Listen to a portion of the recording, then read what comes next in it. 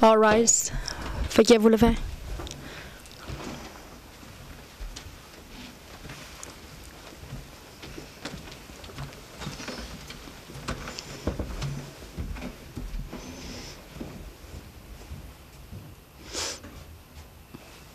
Please be seated.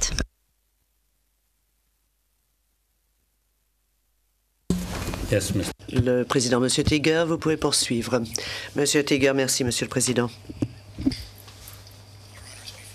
Monsieur le Président, Madame, Messieurs les juges, avant la pause, nous avons vu des éléments de preuve montrant que le regroupement et la mise en détention des musulmans et des Croates de Bosnie, tous civils, étaient bien connus, que ces musulmans et Croates étaient qualifiés d'otages, et j'ai parlé de la création de ce système d'échange qui complétait et était l'élément parfait dans ce processus destiné à faire partir les Croates et les musulmans des territoires où ils habitaient pour obtenir une purification ethnique.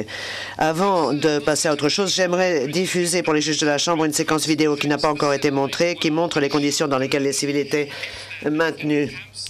Si les prisonniers étaient laissés dans les camps, ils étaient soumis à la menace d'humiliation, de torture et de mort. Maintenir les prisonniers dans ces camps aidait les Serbes à obtenir l'élimination des Croates et des musulmans dans les territoires qu'ils tenaient. Les offres de libération des prisonniers n'étaient pas claires. Aujourd'hui, Radovan Karadzic a proposé de fermer tous les camps, mais dans une seconde offre du même jour, il a proposé de maintenir les prisonniers de guerre et de retourner au combat. Je cite, dans les prisons, ceux qui ont été emmenés hors de leur domicile et les personnes qui ont été capturées sur le champ de bataille ne pourront rentrer chez elles que si elles sont en état de mauvaise santé et qu'elles n'ont plus aucune chance d'être mobilisées par les forces musulmanes. Fin de citation.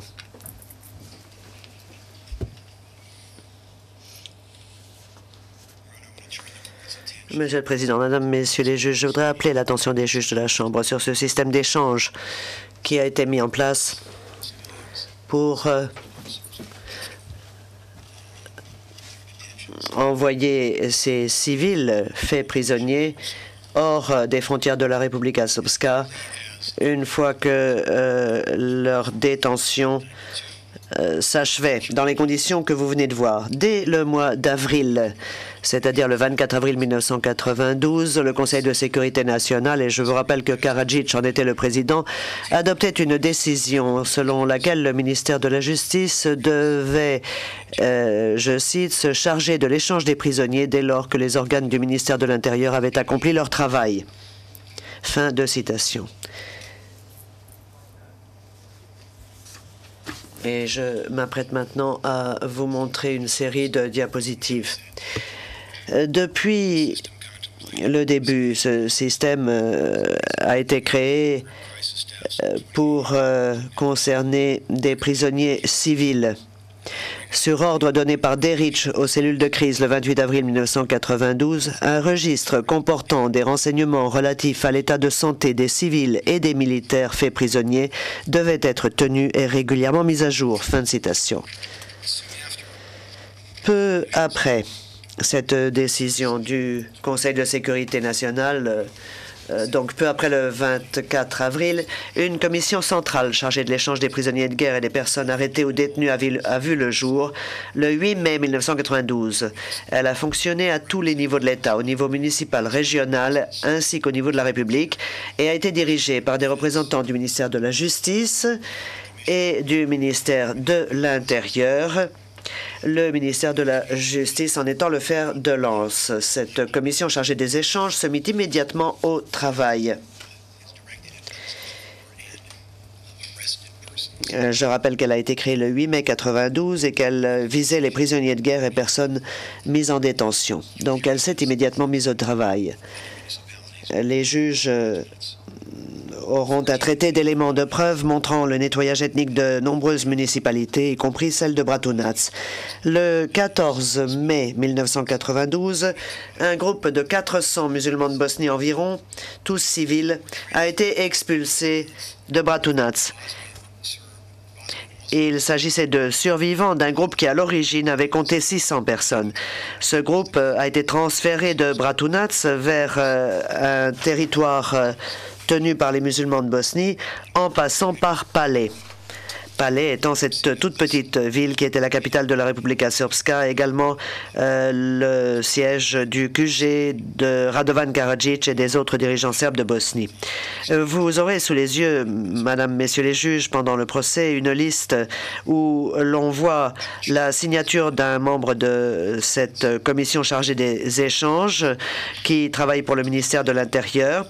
Et le départ de tous ces hommes de Bratunac, en passant par d'autres municipalités pour se rendre à Palais, a été, et enfin sur un territoire tenu par les musulmans, a été coordonné par personne d'autre que le président du gouvernement, le premier ministre, correction de l'interprète, et le secrétaire du gouvernement. Nous voyons ici un ordre du chef du gouvernement, du premier ministre, qui date du 15 mai et qui ordonne à la cellule de crise de Sokolac de fournir des camions à cette fin. Je cite, la cellule de crise de Sokolac est tenue de fournir 3 camions qui seront utilisés pour le transport de prisonniers à partir de Palais vers Visoko en passant par Iliash. Fin de citation. Nouvelle citation. Cet ordre doit être exécuté immédiatement. Fin de citation. Et puis il y a un autre ordre qui émane du secrétaire du gouvernement. Je cite, « Veuillez approuver et faciliter le passage sur notre territoire du groupe de prisonniers qui sont actuellement à Palais. » Fin de citation. Ça, c'est après que ce groupe soit arrivé de Bratunac à Sokolac. Et reprise de la citation pour qu'ils poursuivent leur voyage jusqu'à Visoko. Fin de citation. Vous voyez, Monsieur le Président, Madame, Messieurs les juges, à l'écran, ici, que l'illégalité de toute cette action était bien connue. Étant donné la phrase que nous lisons ici, je cite, « Prière de détruire ce document avant le départ du groupe hors de la municipalité d'Iliash », fin de citation. Et j'aimerais maintenant vous montrer ces hommes qui ont été transférés en passant par Palais, mais qui ont passé une semaine à Palais et qui ensuite devaient subir ce processus d'échange destiné à les amener jusqu'à un territoire tenu par les musulmans.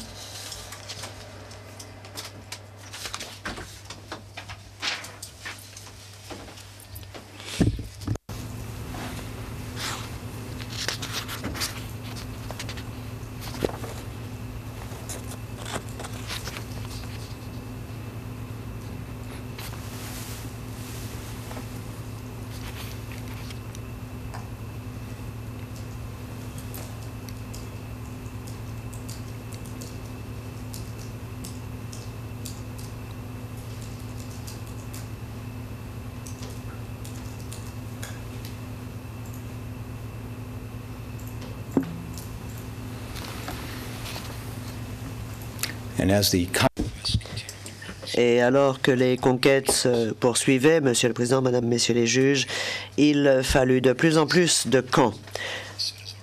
Par exemple, nous avons cet ordre émanant du commandant Svetozar Andrić qui ordonne d'expulser des femmes et des enfants et d'interner les hommes en âge de combattre dans des camps. Nous avons déjà vu cet ordre. Eh bien, cet homme se dit préoccupé par le grand nombre de prisonniers qui peuplaient désormais le camp de Sušica à Vlasenica. Le général Mladić ordonna alors de créer un nouveau camp et émit un ordre à cet effet. Ce camp fut créé officiellement à Batković dans la municipalité de Bijeljina. Et il devait y être installé un nombre de plus en plus important de prisonniers, croates et musulmans de Bosnie, tous civils. Radovan Karadžić et tout son entourage connaissaient bien ce système d'échange qui couvrait les prisonniers regroupés et envoyés aux confins des territoires tenus par les musulmans de Bosnie. Comme cela a été dit, l'accusé l'avait créé grâce au Conseil de sécurité nationale le 24 avril 1992. Et les juges auront également sous les yeux des éléments de preuve montrant qu'il était tout à fait au courant de la façon dont ce système fonctionnait. Par exemple, ils verront une écoute téléphonique, conversation qui se déroule avec Mandić au début du mois de juillet. Donc, Mandić était ministre de la Justice à cette époque-là et le ministère de la Justice dirigeait la commission des échanges. Mandić débute la discussion en informant Karadzic du fait qu'à ce moment-là, ils étaient en train de préparer l'échange de 300 musulmans, et y compris des femmes et des enfants, détenus dans la prison de Kula, et que ces personnes seraient envoyées hors du territoire de la République Srpska vers un territoire musulman. De même, Mandić avait parlé à Krajišnik une semaine ou deux avant. Il avait évoqué dans cette conversation les musulmans et croates de Bosnie qui étaient détenus et qui devaient être échangés. Le fait que Karadzic connaissait ce système qui exerçait son pouvoir sur tout le monde ressort également d'une écoute téléphonique d'une conversation entre Mandić et un ancien collègue du MUP de Bosnie qui cherchait à joindre des Croates libérés de la prison de Manjača et s'adressait à cette fin à Mandić. Mandić assure son ancien collègue qu'il va en parler à Karadzic à la première occasion. Et donc, en résumé, Monsieur le Président, Madame, Messieurs les juges, les musulmans et Croates de Bosnie, civils, étaient regroupés en nombre de plus en plus important, installés dans des conditions inhumaines et sordides dans des centres de détention et des camps répartis un peu partout sur le territoire de la République Srpska. Leur libération, leur départ, leur expulsion étaient supervisés par la commission des échanges qui avait été créée en pensant aux civils et qui a fonctionné afin de veiller à ce que toutes ces personnes qui étaient en détention, après avoir été regroupées, soient envoyées sur territoire musulman, mettant ainsi un point final au processus à l'aide de l'intervention d'un organisme gouvernemental avec un titre ronflant. En 1994 déjà, ce système d'échange et de détention de civils fonctionnait à plein régime. Ici, nous avons un ordre de l'état-major principal de l'armée des Serbes de Bosnie qui invite à ce qu'aucun obstacle ne soit susceptible de retarder les échanges. Parce que, je cite, il convient de ne pas perdre de vue que dans les échanges, nous recevons des soldats serbes capturés de la République Srpska, alors que, pour l'essentiel, nous donnons en échange des civils. Fin de citation. Et puis, le deuxième document important qui rend compte du fonctionnement de ce système et du fait que ce fonctionnement était connu, ce système d'échange, provient d'une municipalité. C'est un extrait d'un journal tenu par le président d'une cellule de crise de Srpski Most qui révèle, premièrement, que le mardi de 6 à 7 heures, l'opération a débuté. Les combats ne s'arrêteront pas tant qu'ils ne se seront pas rendus. Ne faites pas de prisonniers si les hommes sont armés. Et enfin, capture des civils qui doivent servir dans les échanges. Fin de citation. Alors, ce processus complétait les autres processus qui allaient de la discrimination à la persécution en passant par la terrorisation incessante par menace d'attaques de grande envergure devant forcer les non-serbes à fuir, et tout cela garantissait que les non-serbes seraient séparés des Serbes sur les territoires convoités par Karadzic. J'ai déjà parlé des conquêtes éclairs réalisées par les forces de Karadzic, par ces très puissantes forces armées en 1992. En fait, à la fin juillet 1992, il disait déjà à l'Assemblée que les Serbes de Bosnie étaient en mesure d'envisager la restitution de territoires conquis en échange de l'obtention de concessions durant les négociations. Et effectivement, à quelques exceptions près que je discuterai lorsque j'aborderai la partie Srebrenica de la présente affaire, les forces de Karadzic ne se sont plus emparées de parties importantes du territoire par rapport au territoire déjà conquis au printemps et à l'été de 1992 dans la période ultérieure. Comme Karadzic le fait remarquer un jour, en notant que les opérations qui ont permis d'étendre le territoire au-delà des conquêtes de 92 sont assez rares. Je cite, « Entasser les musulmans dans des territoires restreints, donc réaliser leur concentration, nous ne pouvions pas faire plus. » Fin de citation. Au vu des exploits accomplis sur la voie de l'objectif ultime qui consistait à créer un État serbe intégré, les alliés politiques de Karadzic lui conseillèrent de poursuivre la réalisation de son but uniformateur d'une façon un peu moins ostensible. La découverte des camps et la publicité dont ils furent l'objet de la part des médias internationaux fin juillet, début août 1992 provoqua une vague de prise de conscience et de condamnation du nettoyage ethnique. Comme le dit le Premier ministre yougoslave lors d'une réunion tenue en août, je cite, « Il est vrai que nous avons fait pas mal de mauvaises choses dans la dernière période. Une image négative s'est créée et nous en sommes arrivés au point où nous en sommes aujourd'hui.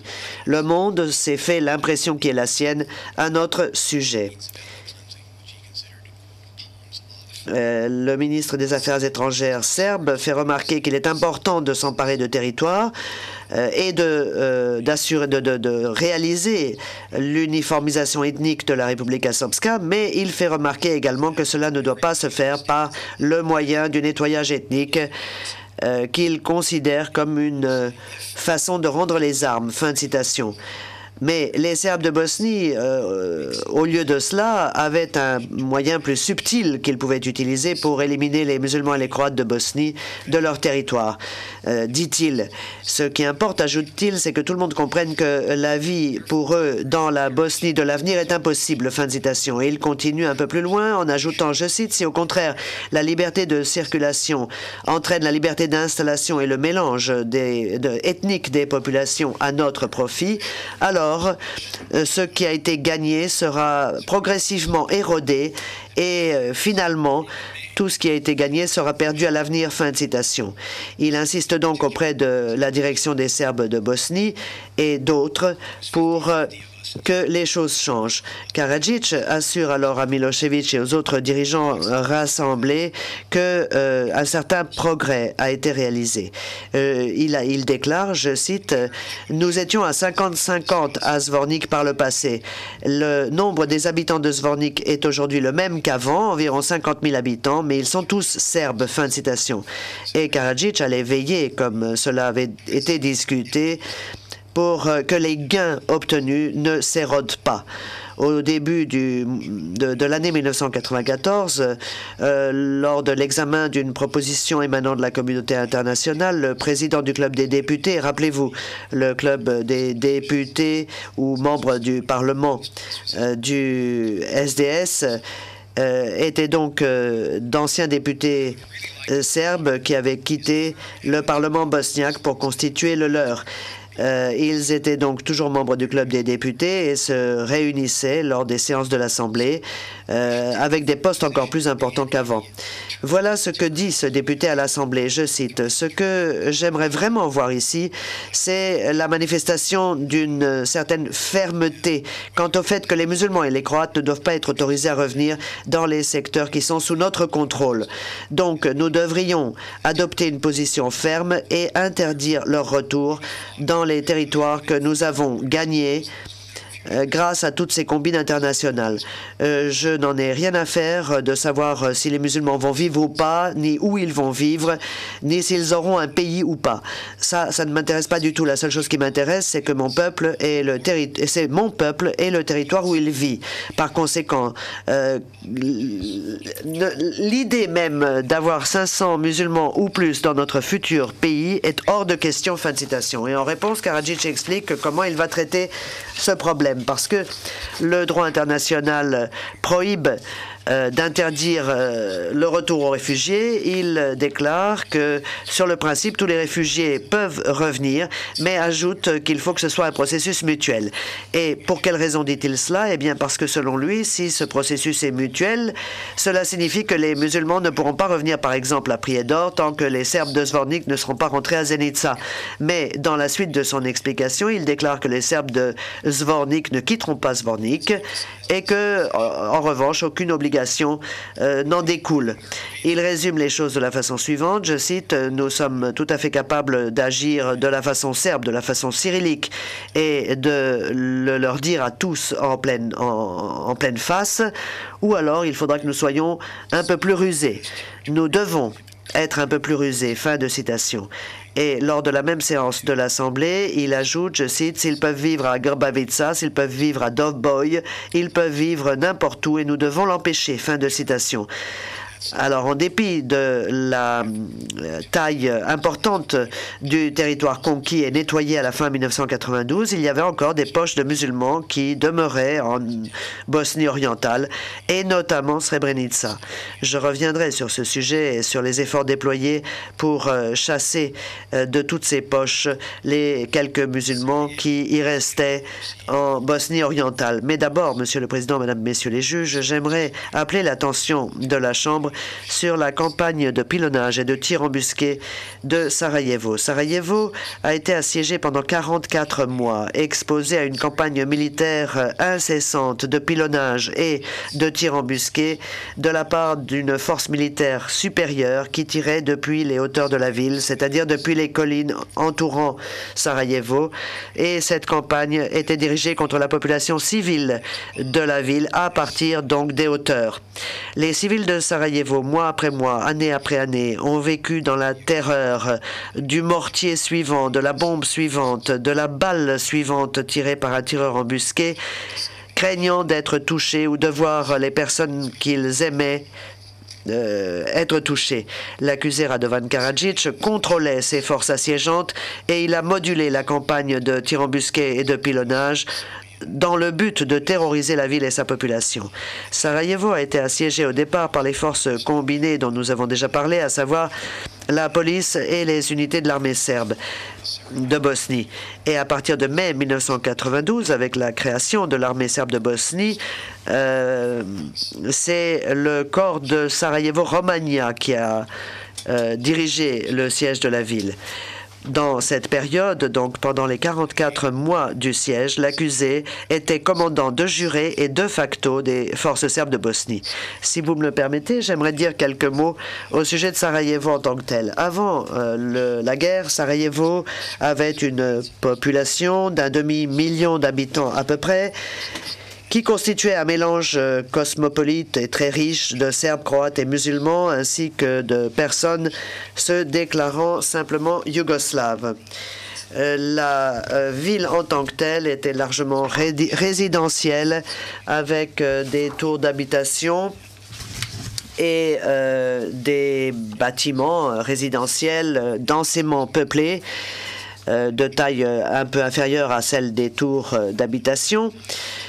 Donc, beaucoup d'appartements dans lesquels les gens habitaient avec le même sens de la communauté qui allait au-delà des divisions, des différences, correction de l'interprète, des différences ethniques et que l'on voyait concrètement dans la vie au quotidien.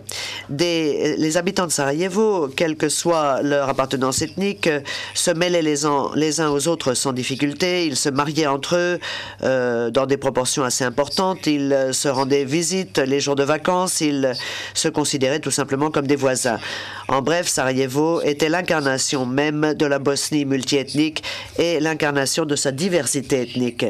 Sarajevo, c'est utile de le comprendre pour mieux comprendre la campagne militaire qui a visé la ville. Sarajevo, pour l'essentiel, se trouve dans une vallée qui va de l'est à l'ouest. Des deux côtés de cette vallée, on trouve des collines d'une altitude assez importante, autrement dit des hauteurs qui se trouvent au nord et au sud de la ville. les parties les plus densément peuplées de Sarajevo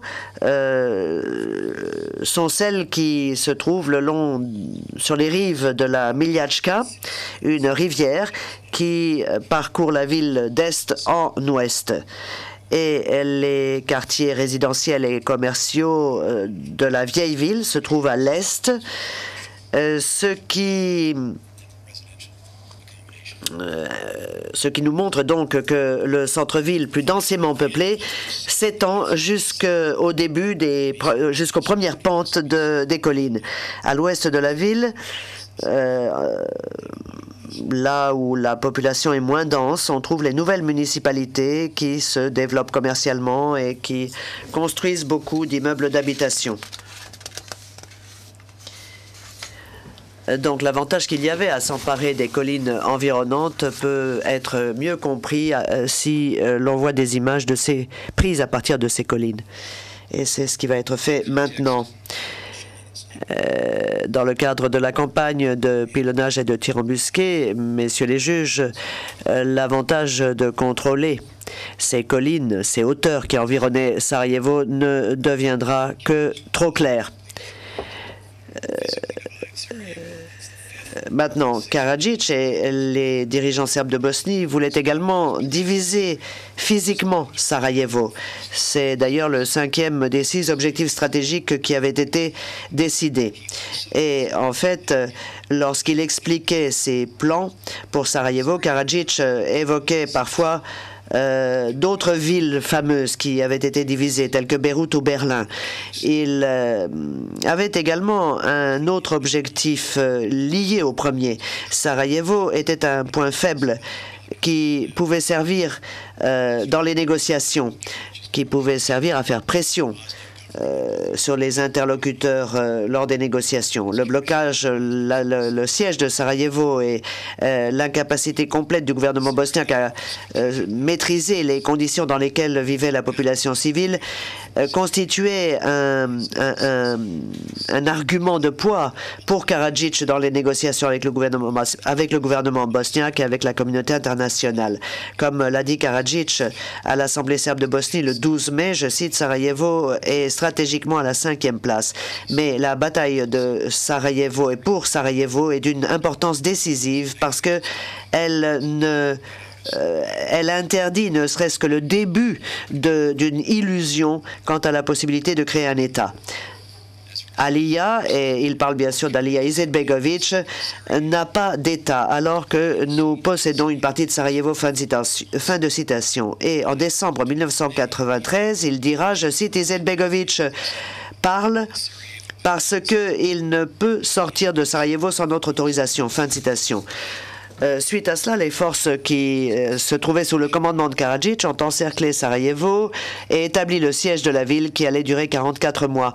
Mais le 12 mai, en fait, Karadzic a confirmé devant les députés de l'Assemblée que Sarajevo était désormais encerclé et que la ville avait été isolée pendant des semaines. Rappelez-vous que le général Mladic était là et il a posé les bases fondamentales du plan qu'allaient appliquer les Serbes de Bosnie à Sarajevo pendant les 3 années et demie à venir. Si nous voulons que les musulmans se rendent, il nous faut placer 300 armes lourdes autour de Sarajevo, de calibres divers allant du lance-roquettes portable de 40-64 mm aux lance-roquettes multiporcanes ou aux roquettes P-65. Je vous ai parlé de cette réunion qui avait eu lieu le 14 mai après la séance du 12 mai au cours de laquelle Karadzic avait annoncé et déjà essayé de faire passer ses objectifs stratégiques. Il y a eu donc cette réunion du 14 mai. Kalic y était et c'est lui qui propose l'ordre du jour. Et les points sont abordés l'un après l'autre, les objectifs aussi. Voici ce qui est dit à propos du 5e objectif stratégique. Je cite, il a été dit que Sarajevo devait être soit divisé, soit rayé de la carte. Kalic, je le dirai dans un instant, était le commandant du corps de Sarajevo-Romagna, le SRK, qui a pilonné, bombardé Sarajevo, et il était commandant de septembre 1992 à août 1994. À l'occasion de cette séance, cette 16e séance de l'Assemblée en mai 92. Mladic a aussi expliqué, et je le cite, « Il nous faut placer un anneau, un collet autour de la tête de ce dragon de Sarajevo dès maintenant. Et seuls ceux que nous autorisons à partir, pourront y échapper. » Il poursuit. Il dit ceci, nous n'allons pas dire que nous allons nous mettre à détruire les pylônes électriques ni couper les robinets d'eau. Non, parce que ça ferait sortir l'Amérique de ses gonds. Mais, messieurs, allons.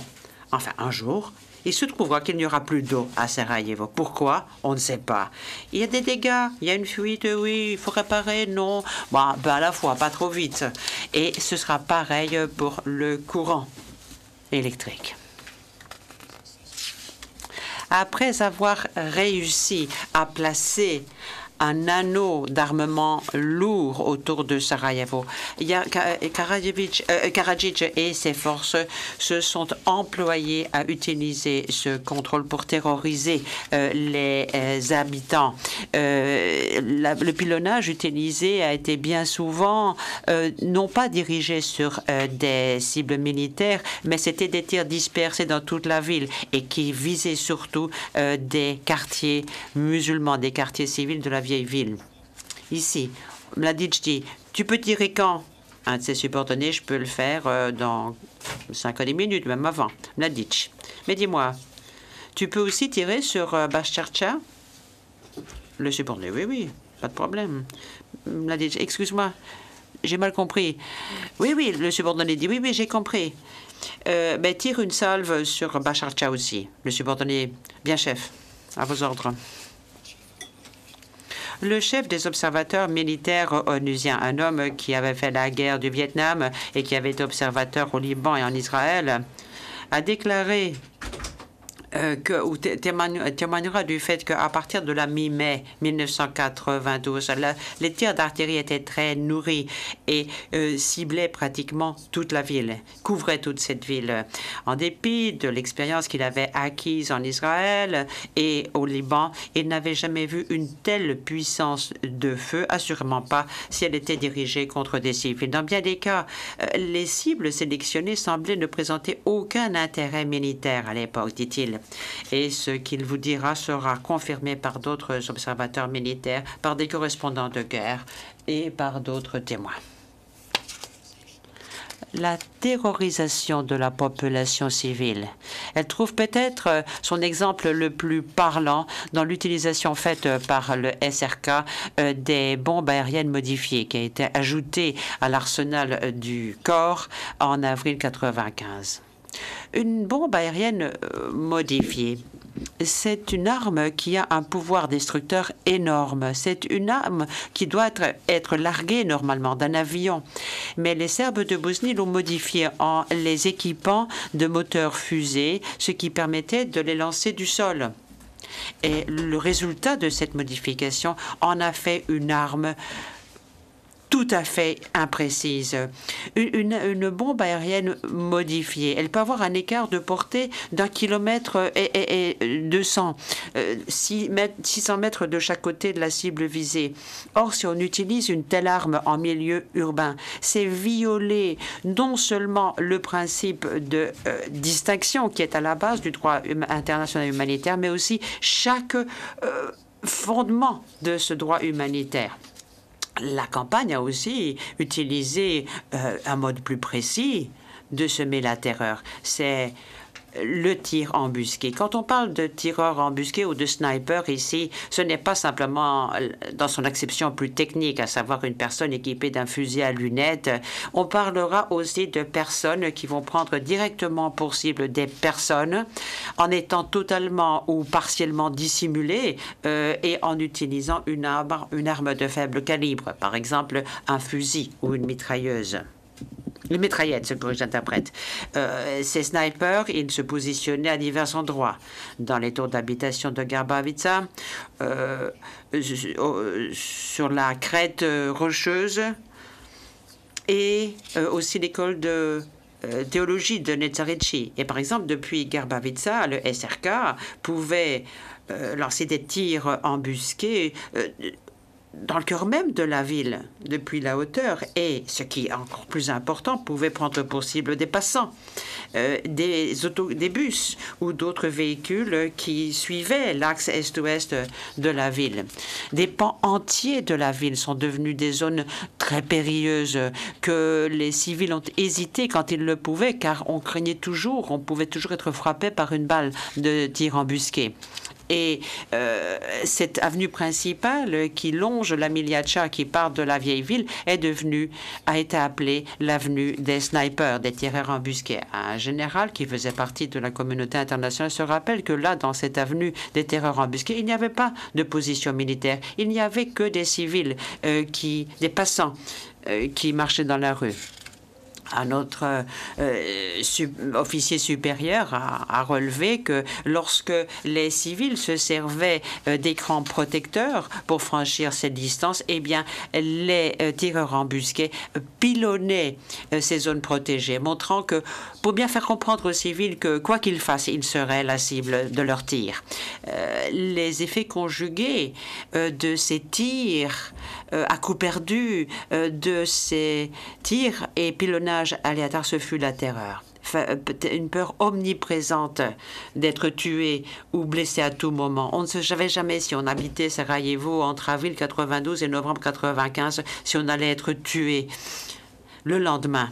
Le quotidien était absolument imprévisible. Un civil circulant en tram risquait tout autant de se faire tuer ou blesser par une balle que d'être tué, mutilé par une bombe aérienne modifiée. De brèves accalmies étaient subitement interrompues par des tirs. Parfois, les bombardements semblaient ne jamais vouloir cesser.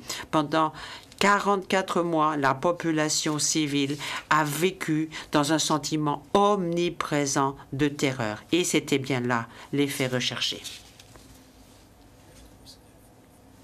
Pendant ces 44 mois, le SRK et d'autres forces serbes de Bosnie ont bien lancé des attaques militaires sur des objectifs militaires légitimes. Et ils ont aussi repoussé des attaques lancées par les forces du gouvernement de Bosnie.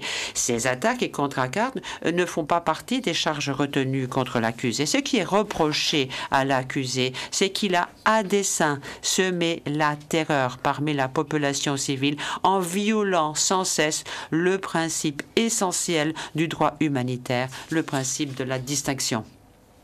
Et ce n'est pas un principe simplement technique, il incarne l'aspect fondamental du droit international humanitaire, à savoir que chaque commandant, tout commandant, a le devoir de faire la distinction entre une cible qui est militaire et des civils ou un lieu civil. Ce principe, il a été violé à d'innombrables reprises pendant ces 44 mois de siège.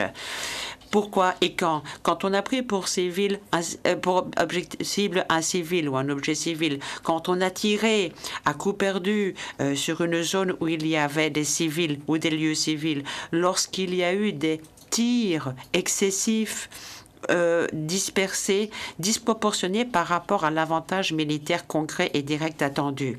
Les éléments de preuve vous le diront.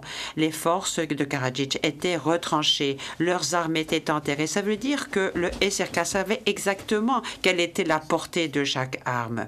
Et des témoins viendront vous le dire. Un artilleur, parvient très vite à déterminer la portée de son arme une fois qu'il se trouve en place. Même les mortiers avaient leurs plaques de base enterrées et leur cible était bien précise. Karadzic a beau dire que ses forces armées ont manqué de précision dans leurs tirs, pourtant dirigés sur des cibles militaires. Jour après jour, mois après mois, année après année. Mais ce genre de défense, il échoue à l'examen des faits et il perd toute crédibilité quand on voit qu'ont été utilisées des bombes aériennes modifiées, des bombes antipersonnelles comme des bombes à fragmentation. Quand on déploie une bombe aérienne modifiée sur une cible militaire, c'est le proverbial coup d'épée dans l'eau. Nul ne sait où il va tomber, cet obus qui il va tuer et c'est insensé forcé et c'est manifestement illégal. Les éléments de preuve vous montreront que l'utilisation des bombes aériennes modifiées sur le milieu urbain de Sarajevo révèle dans toute sa brutalité l'intention illicite qui était de toucher la population civile de Sarajevo. Quand on fait la somme des actions des forces de Karadzic, les tirs à coups perdus sur des cibles, sur des zones civiles, les tirs embusqués dirigés sur les civils, le fait de prendre pour cible des lieux civils alors qu'on néglige tout à fait des cibles militaires, l'utilisation de ces bombes aériennes modifiées montre tout ceci. L'objectif, ce n'est pas la destruction, la suppression, la neutralisation de cibles militaires, c'est la terrorisation de toute une population civile. Je voudrais passer quelques instants à parler du quotidien des habitants de Sarajevo. Je crois que ceci mérite toute notre attention parce que la campagne de Karadzic est parvenue à ses fins. La terreur, c'était la seule constante dans ce quotidien pétri d'incertitude pour les habitants de Sarajevo assiégés. Comme l'a dit un médecin de l'hôpital de Sarajevo quand il essayait de faire comprendre ce quotidien rempli d'incertitude et de peur. Tous les jours, on risquait, en allant au travail, de se faire tuer, de se faire blesser. Aller travailler, c'était courir le risque d'ajouter son nom à la longue liste des blessés et des morts. Un geste simple, comme celui de traverser une rue, terrifiait les habitants.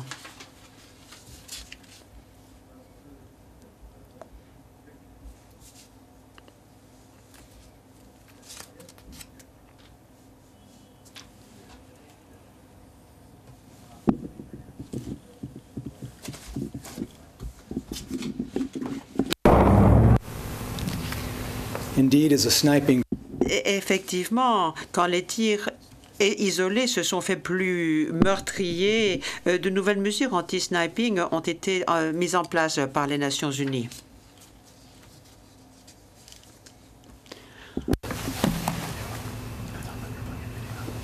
I'm sorry, I need to tell the booth this.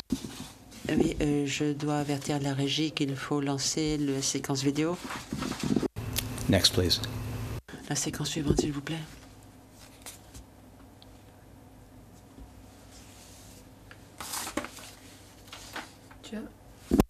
Civilians huddled on the opposite, on the other. Vous voyez ici des civils qui se blottissent à l'abri d'un véhicule transporteur de troupes pour échapper aux tirs. Dans le contexte de ce siège, il s'est parfois passé des mois sans avoir d'eau, de gaz ni d'électricité, et les habitants étaient forcés de sortir de leur abri de fortune, d'où ils se protégeaient des tirs isolés et des obus qu'ils essayaient d'éviter pour se risquer à aller chercher de trouver un peu d'eau ou du bois de chauffage, car l'hiver était rigoureux. Et ce faisant, ils étaient en but aux tirs embusqués, aux obus qui tombaient. La prochaine séquence, s'il vous plaît.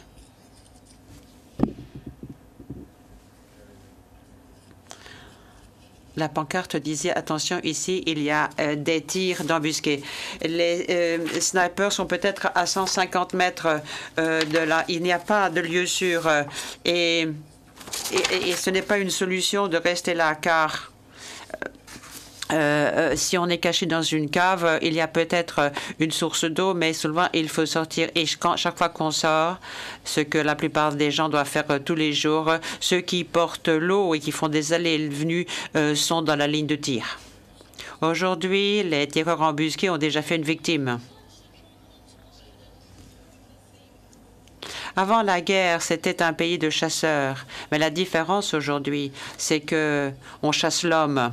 La victime, cette fois-ci, c'est un homme touché à la jambe qui venait juste de tourner le coin quand le tireur embusqué l'a touché. C'est le quotidien. C'est ce qui se passe tous les jours ici, et souvent plus d'une fois par jour, rien de particulier. Mais c'est un danger que connaissent tous les gens depuis avril.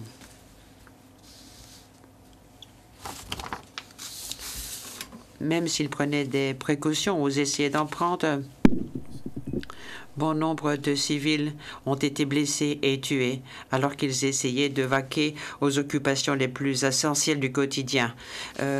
Des mères ont été tuées le 18 novembre 1994.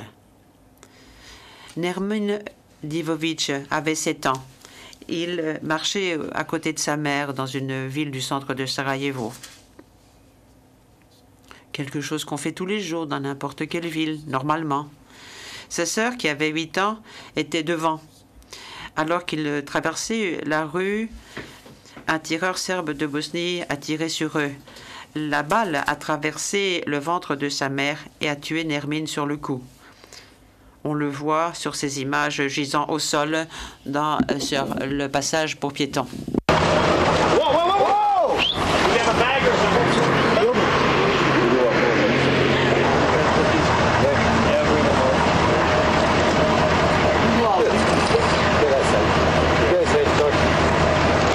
She is hurt. No.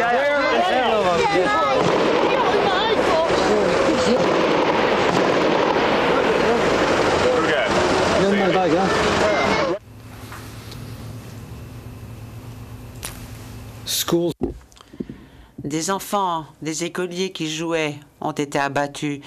Des passagers dans des trams ont été abattus. Des enfants qui jouaient dans la neige ont été abattus. Des gens qui allaient chercher de l'eau ont été abattus. Et même lorsqu'on assistait aux obstacles de parents, on était abattus.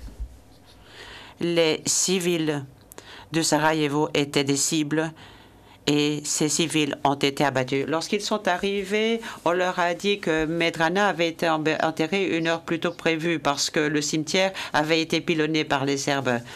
De sinistre quelle était la situation n'a fait qu'empirer. Il y a eu de nouveau une pluie d'obus. Un de ces obus est tombé sur des enfants qui venaient d'arriver de l'orphelinat pour porter des fleurs sur la tombe. Et ils ont laissé ces fleurs sur les tombes de Medrana et ils sont partis sauf qui peut.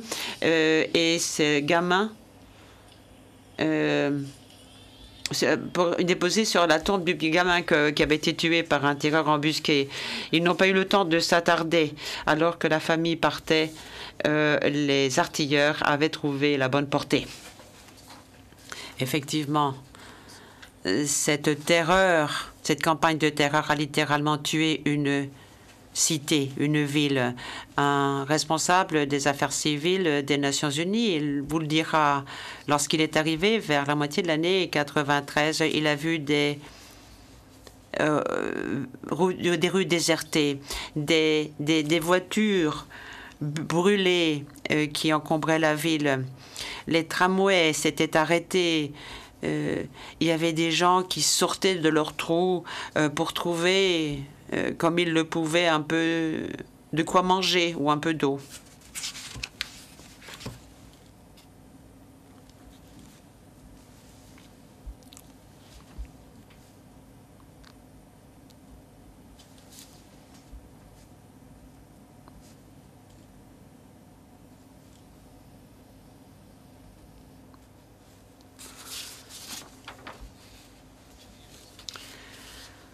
Deux ans après son arrivée à Sarajevo, un responsable des affaires civiles des Nations Unies dit ceci dans un rapport qu'il envoie le 8 juillet 1995. Je le cite. « En dépit de la diminution des activités militaires autour de la ville, le harcèlement de la population civile continue pratiquement sans relâche. Il y a encore un niveau très élevé de tirs embusqués et de tirs au mortier qui ne semble avoir aucune valeur militaire, mais qui semble contribuer à vouloir créer une atmosphère générale de terreur dans la ville.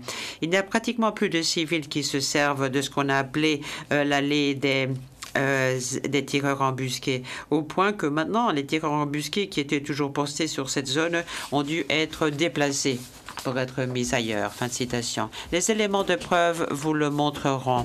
Radovan Karadzic a commandé, a dirigé l'établissement et le maintien du siège de Sarajevo. Il a commandé et dirigé les forces qui se sont rendues coupables de cette campagne de pilonnage et de tirs embusqués dans le contexte du siège de Sarajevo. C'est Karadzic qui a délibérément infligé et fait de la terreur à géométrie variable qu'il a appliquée à la population civile pour servir ses propres visées. La VRS était formée le 12 mai 92, le SRK le 22 mai 92. Et la VRS a englobé les unités territoriales serbes. Ces formations armées qui avaient jusqu'à ce moment-là été le fer de lance de la ségrégation, de la séparation. Et Karadzic avait déjà à ce moment-là, au moment de cette formation, été sur place au commandement de ces unités autour de Sarajevo depuis un mois et demi. Dès le 25 avril, moins de 3 semaines après le début du conflit, il était à même de montrer en hélicoptère à des journalistes qui survolaient Sarajevo ce qu'il en était, et il a déclaré qu'il pouvait prendre la ville quand bon lui semblait. Nous voulons avoir une Sarajevo libre, mais si on avait voulu prendre Sarajevo, on aurait pu la prendre. Et pour prouver ce qu'il dit, il emmène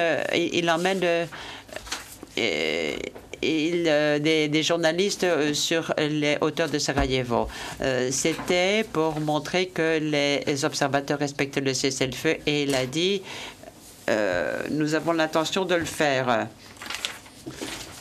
Nous essayons de maintenir la paix. Nous voulons simplement contrôler les alentours de Sarajevo. Question, vous pouvez prendre la ville demain? Réponse, quand on veut. Ceci montre, les Serbes veulent montrer que Sarajevo est à leurs pieds. Mais si les musulmans veulent la guerre, ils peuvent l'avoir. Et la ville n'est pas défendable. Martin Bell, BBC News, sur les hauteurs de Sarajevo. Je vous ai parlé de l'établissement, du maintien du SRK, et que tout ceci a fait que toutes les forces assiégeantes étaient rassemblées sous une voie hiérarchique unique, avec, au fait de cette voie hiérarchie, un commandant suprême, Karadzic. Vous avez ce diagramme qui montre la chaîne hiérarchique, la chaîne de commandement. Président et commandant suprême Radovan Karadzic. Ça, c'est au sommet, celui qui avait été président de la présidence, et puis ça descend, vous avez l'état-major principal, le commandant Ratko Mladic, puis on descend, on arrive au corps de Sarajevo-Romagna avec 3 commandants différents pendant le siège, et puis on arrive en bas au niveau des brigades. Cette structure de commandement, à partir de 92 jusqu'en 95. Elle était officielle autant qu'efficace. Le SRK était bien formé, bien entraîné, avait un excellent système de transmission et un excellent système de contrôle et de commandement. Vous le verrez grâce aux témoignages. La campagne de tir isolé et de pilonnage a été menée par ce SRK, centralisé par le chef de l'état-major sous le commandement de l'état-major principal. Karadzic exerçait le contrôle des forces qui procédaient au pilonnage. Vous le verrez dans le contexte des accords auxquels on a abouti sur le terrain quand c'était utile pour des fins politiques. Par exemple, en février 1994, et là, quand c'était utile, l'accord de cessez-le-feu a été aussitôt appliqué et on a cessé le feu du côté des Serbes, montrant bien qu'il y a un très bon système de commandement et de direction. Et Karadzic et les chefs de la VRS pouvaient aussi diriger ces activités de pilonnage et de terrorisme quand ils le voulaient. En mars 1994, la VRS a exigé que les trams ne roulent plus à Sarajevo, faute de quoi ils seraient pris pour cible par les forces du SRK. Et quand ils ont continué malgré tout à circuler, eh bien, le SRK a commencé à tirer sur ces trams, faisant de nombreux morts et de nombreux blessés parmi les passagers. Le SRK et les commandants de l'état-major principal étaient constamment informés par les représentants de la force ONU qui leur disaient que leurs subordonnés pilonnaient, tiraient sur des civils. Mais malgré tout, le pilonnage, les tirs embusqués se sont poursuivis pendant 44 mois et aucun subordonné n'a été puni. Les ordres, les rapports démontrent de façon explicite quelles étaient les modalités d'utiliser, les modes d'emploi de ces forces du SRK, mais aussi comment ils étaient contrôlés et coordonnés. et la circulation des informations et des ordres le long de la voie hiérarchique. Nous savons que la plupart des ordres de rapport étaient donnés oralement, mais ceci confirme l'existence. Mais il y avait des ordres et des rapports de la VRS et du CERCA qui étaient bien consignés par écrit et qui confirment l'efficacité du contrôle de la coordination de la campagne de pilonnage et de tir embusqué et montrent l'efficacité de la chaîne de transmission et du contrôle au sein du SRK. Par exemple, quand il s'agit de l'utilisation des bombes aériennes modifiées. 13 juin 1994, l'état-major principal envoie une lettre au commandement du SRK en réponse à une demande du commandement de Iliach, une des municipalités de Sarajevo, et qui concernait l'utilisation de bombes aériennes modifiées. Voici ce que dit l'état-major principal, je cite. L'état-major principal du FRS est celui qui prend les décisions quant à l'utilisation de ces bombes aériennes et c'est peut-être au niveau d'un corps, mais si l'approbation est donnée par l'état-major principal, une brigade ne peut pas décider de le faire toute seule. Le 6 avril 1995, celui qui était alors chef du corps du SRK, Dragomir Milosevic, donne l'ordre suivant, je le cite. La brigade d'Ilija va aussitôt préparer un lance-roquette ou un lanceur de bombes aériennes qu'il va transporter à l'endroit qu'il faut pour le lancer. Il faut choisir la cible la plus utile à Rasnitsa et dans le quartier de Sokolovici, là où on peut faire le plus de victimes et le plus de dégâts matériels. Fin de citation.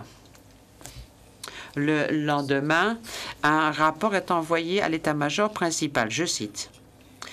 Dans la brigade d'Ilija, une mine de 120 mm a été lancée et une bombe aérienne modifiée de 250 kg a été lancée sur le centre de Rasnitsa.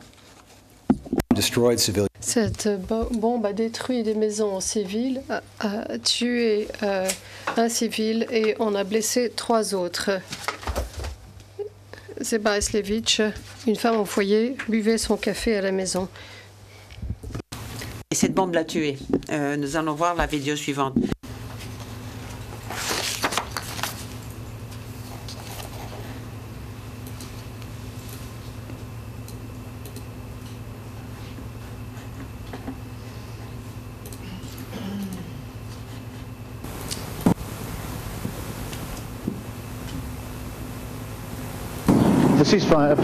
Le cessez-le-feu semble être en déliquescence rapidement.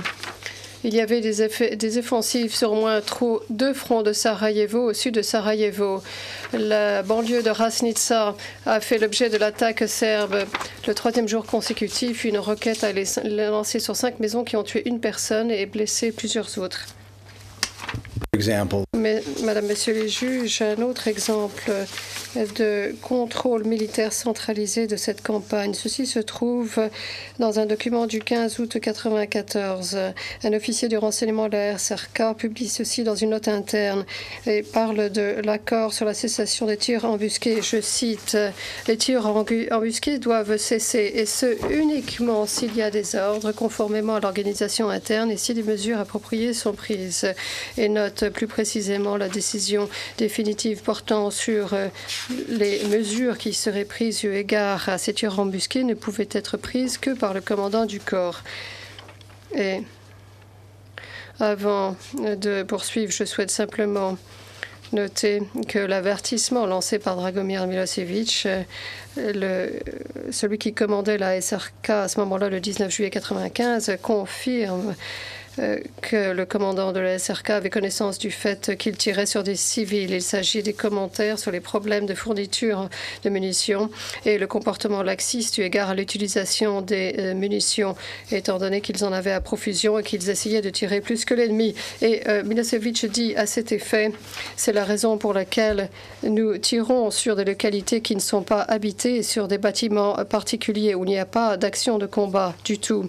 Et nous utilisons des quantités très importante de munitions sans prêter attention au fait que nous n'aurons rien pour arrêter l'ennemi au moment où il s'agira de préparer une défense décisive. Pas d'action de combat du tout, puisqu'il s'agit de tirer sur les localités non habitées. La dernière phrase, pardonnez-moi, je reprenais l'avertissement.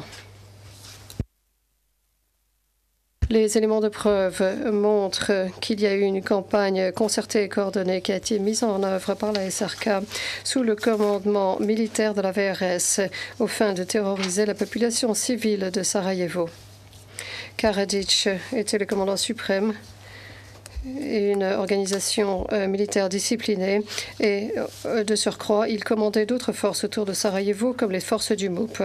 Karadzic n'était pas simplement le commandant suprême de jure, mais le commandant de facto également. Et dans ce rôle double,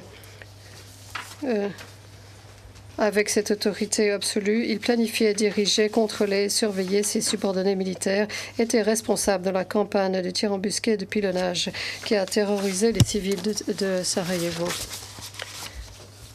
Comme je l'ai indiqué, en tant que commandant suprême, Karadzic était en définitive responsable de la fixation de la stratégie de la SRK et de diriger tous les objectifs et de surveiller tous les objectifs militaires à propos de Sarajevo. À cet effet, les directives entre 1992 et 1995 qui ont été adoptées et signées par Karadzic, qui indiquaient comment la VRS devait mettre en œuvre les objectifs stratégiques. Toutes ces directives contenaient des instructions à propos des activités militaires de la SRK et illustraient le commandement et le contrôle qu'il exerçait sur la VRS et la SRK. La directive numéro 3, par exemple, a été établie en août 1992. Un passage est consacré aux objectifs opérationnels de la SRK, notamment l'instruction qui consistait à garder Sarajevo fermement assiégé et empêcher que le blocus ne tombe. Directive numéro 6 qui a été adopté et signé par Karadzic, le commandant suprême, en novembre 1993, contient de même des instructions à l'intention de la SRK, y compris l'instruction qui consiste à utiliser l'essentiel des forces pour empêcher que le blocus de Sarajevo ne soit levé. Fin de citation. Outre le contrôle qu'il exerçait sur les forces de la SRK, Karadzic contrôlait également les autres forces qui intervenaient à Sarajevo.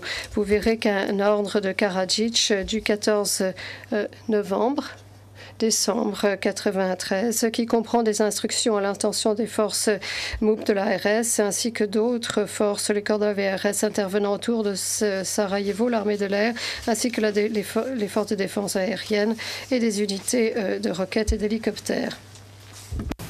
Now, beyond Au-delà de sa fonction en haut de la pyramide de cette structure de commandement, son contrôle du pilonnage et des tirs embusqués c'est illustré dans les accords qu'il a conclus qui faisait intervenir les cessez-le-feu à Sarajevo pendant le siège qui a duré 44 mois. Karadzic contrôlait le niveau de terreur lorsque cela l'arrangeait politiquement. Il pouvait augmenter ou diminuer le niveau de terreur pour négocier un accord selon ses termes. Un exemple de cela est au mois de juillet 1993. La situation politique de cette époque est illustrée par le rapport hebdomadaire de la FORPRONU.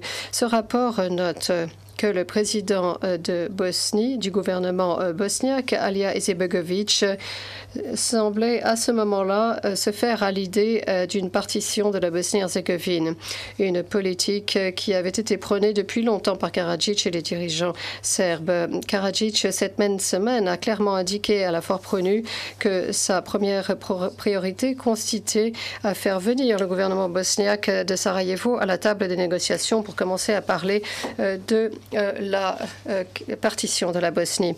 Le rapport indique également que les négociations ne pouvaient avoir lieu que s'il y avait effectivement un cessez-le-feu en place. Fin de citation. Vous verrez tout ceci dans le rapport du mois de juillet 1993 qui fait partie des pièces du dossier. À la lumière de ces circonstances, comment Karadzic a-t-il agi?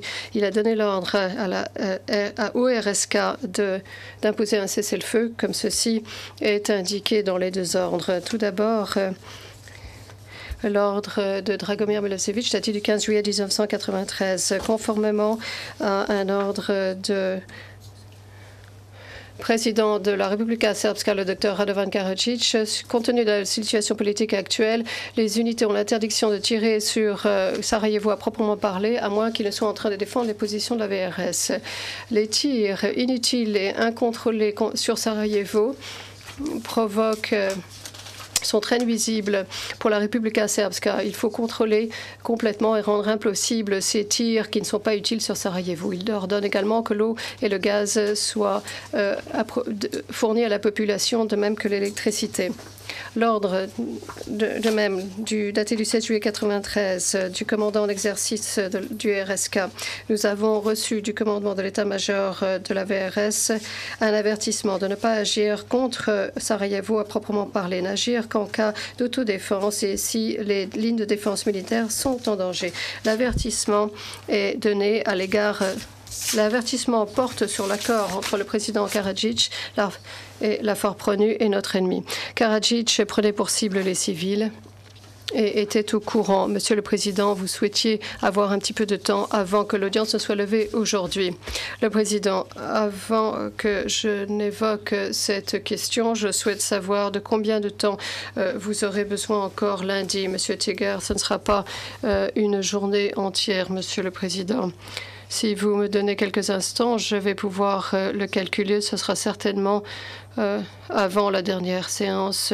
J'ai un petit peu de mal pour l'instant à calculer ceci de façon très précise, mais je crois que les juges de la Chambre pourraient disposer de la dernière séance de l'audience. Le Président, très bien.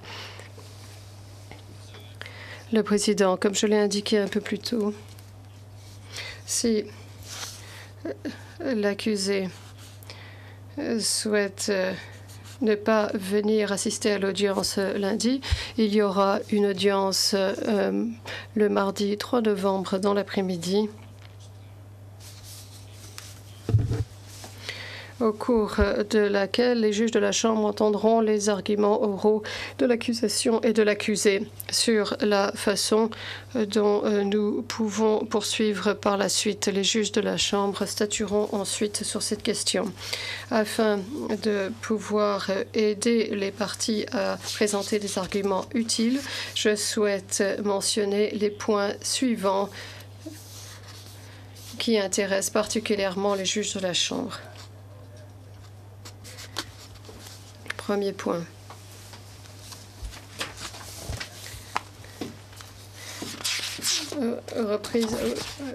Déroulement du procès en l'absence de l'accusé et en l'absence de tout conseil pour le représenter.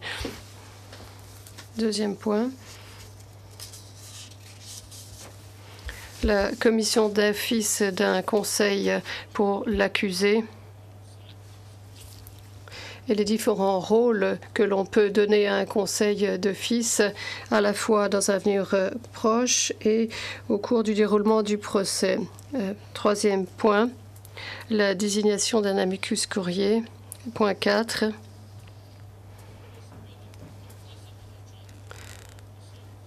L'ajournement éventuel de ce procès pour permettre à un conseil commis d'office de se préparer. Et cinquième point, toute autre façon qui permettrait le déroulement de ce procès si l'accusé décide de ne pas venir assister à l'audience, et ce volontairement. Ce procès est maintenant terminé pour aujourd'hui. Nous levons l'audience jusqu'au lundi 2 novembre à 14h15.